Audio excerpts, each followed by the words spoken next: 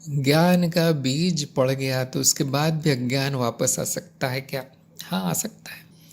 आ सकता है, आपके सामने उदाहरण रोज मिल जाएंगे आपको, क्योंकि मैं तो दिन भर यही काम करता रहता हूँ कि इसमें अज्ञान बचा है। मुझे दिखता रहता है, ज्ञान का बीज पड़ गया तो भी वापस आ सकता है, ज्ञान का पौधा उग गया तो भी सारा अज्ञान वापस आ जाता है, ज्ञान का पेड़ उग गया कई वर्षों तक हरा भरा, उसके बाद भी एक वाक्य कह देने से अज्ञान वापस आ जाता है कभी कभी। ऐसा क्यों है? मनुष्य बहुत नाजुक चीज़ है, कमज़ोर है, वो ज़रा से धक्के से उसका ज्ञान समाप्त हो सकता है। ये मैं रोज देखता हूँ। यहाँ तक कि कोई उस पर विपदा आ गई, कुछ दुर्दशा हो गई, उसकी जीवन में कोई कठिन समय आ गया, सारा ज्ञान बह जाता है सारा ज्ञान हवा हो जाता है उसका, बीज हो ना हो, और सारा अज्ञान वापस प्रकट होता है। ये मनुष्य ऐसा ही है, इसमें शक्ति नहीं है, ज़रा सा धक्का लगे वो सब चला जाएगा। मृत्यु तो हाँ सब धो देती है।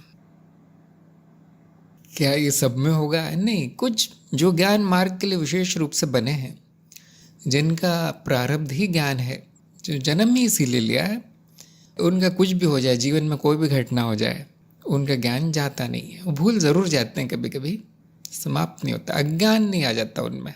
जैसे कि मैंने अभी बताया था, जो अज्ञता में स्थित हो गए हैं, अब नहीं आएगा अज्ञान। बाकी लोगों को साधना ज़रूरी है। कौन सी साधना? स्मरण, जिसको हमने साक्षी भाव कहा है। उससे अज्ञान आ भी जाए तो भी स्मरण आने के बाद वो चला भी जाता है। सब आना जाना है। एक बात ध्यान रखनी चाहिए, इसमें बहुत निराश होने की ज़रूरत नहीं है, कि जैसे अज्ञान मिथ्या है वैसे ज्ञान भी मिथ्या है, इसलिए वो आता जाता है ना? नहीं तो अज्ञान क्यों होता? इसलिए हमें उसकी चिंता नहीं है। जो सत्य है वो ना आता है ना जाता है, इतना याद रखिए। फिर आपको चिंता नहीं होगी कि ज्ञान बीज का क्या होगा। अब जो सत्य है, भले ही उसको याद करे ना करे, वो स्मरण करे ना करे, ये जो मनो शरीर यंत्र चल रहा है वही ना रहे तो भी वो वैसा ही रहेगा, वो नित्य है। इससे आपकी जो मन में जो चिंता है वो समाप्त हो जाएगी कि मेरे ज्ञान का क्या होगा। आपका नहीं है वो ज्ञान न वो आपके अंदर है। क्या ज्ञान का बीज आपके अंदर है? ये मानना भी अज्ञान है।